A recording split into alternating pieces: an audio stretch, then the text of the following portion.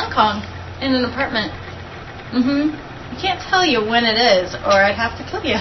So I can tell you that it's Hong Kong. Or I guess they'd kill me.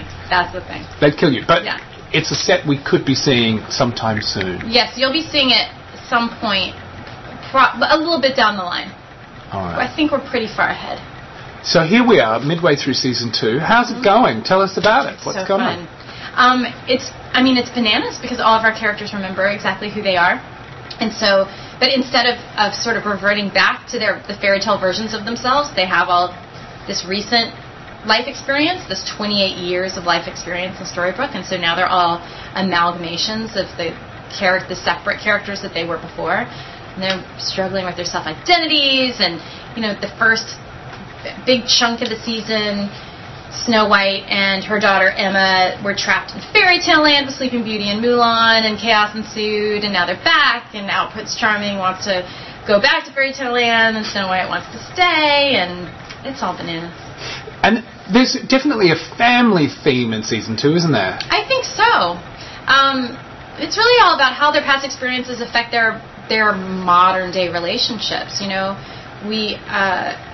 By the time this airs, we will have explored Snow White's history with her mother and how that informs her modern-day relationship with her daughter.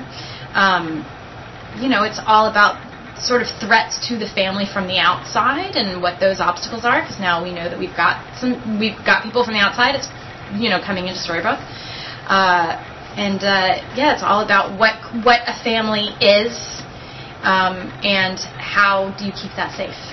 Do you find it a challenge, or more of a challenge, I should say, because you play 2 characters? Does that make it more difficult, learning lines and putting everything together? Tell us about that. I feel like I play 100 different characters because there's different versions of the different characters we're playing, because we're also playing those different characters at different ages, and they have different information at different points in time. So keeping it all straight is maddening. Well, I have charts that I make for each episode, so that I understand where I am mentally at any given point. And then also we have a script supervisor that all of us go running to and say, wait, how did we find this out? And who knows this? And when did we find that out? Because now we're doing another flashback, so we didn't have this information before, even though we've already seen it in the future. Yeah. How many similarities are there between yourself, and these characters you play? I think that I resemble them both in various ways. I feel like Snow White's the person I would like to be, but I definitely relate to some of her flaws. And there are things about her that I like that I do think are things about myself that I'm confident about. And then I think Mary Margaret is sort of like a road not taken for me, but someone I could have become for sure. And so, I can relate to her as well. And speaking of the sort of Disney-fied characters that we all know and grew to love, when you took on this job and took on this role, how much of those characters have you used as inspiration and drawn from? Oh my gosh. I desperately wanted to play a Disney princess. That was my biggest dream. And I grew up on the Disney animated features of these fairy tales. And then as an older child, I read Grimm's and have always been drawn to that form of storytelling, to that genre. And I can't say that I've used any fairy tale characters in the past in terms of inspiring other characters that I've portrayed in TV or film, but I can tell you that for this, I watched and read every version of every fairy tale I could get my hands on. By the way, there are ballets of Snow White that you can find, and, old television specials, and, so many written versions of the story that you can pick and choose from in creating the life of your character.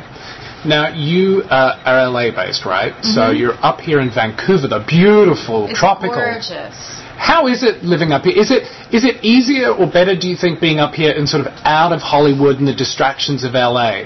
Does that make it easier to come to work and sort of focus on what you're doing, or would you kind of rather be back home? I get homesick. I'm just a homebody, and I love the LA sunshine, and I love my house, and I've got family there, and my friends are there, and my life is there.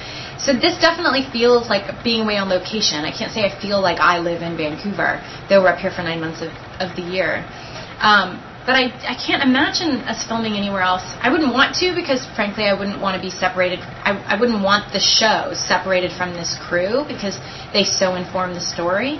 They created our world for us, and they, as much as like the cast is the cast, the crew is part of the interaction that we need to tell the story.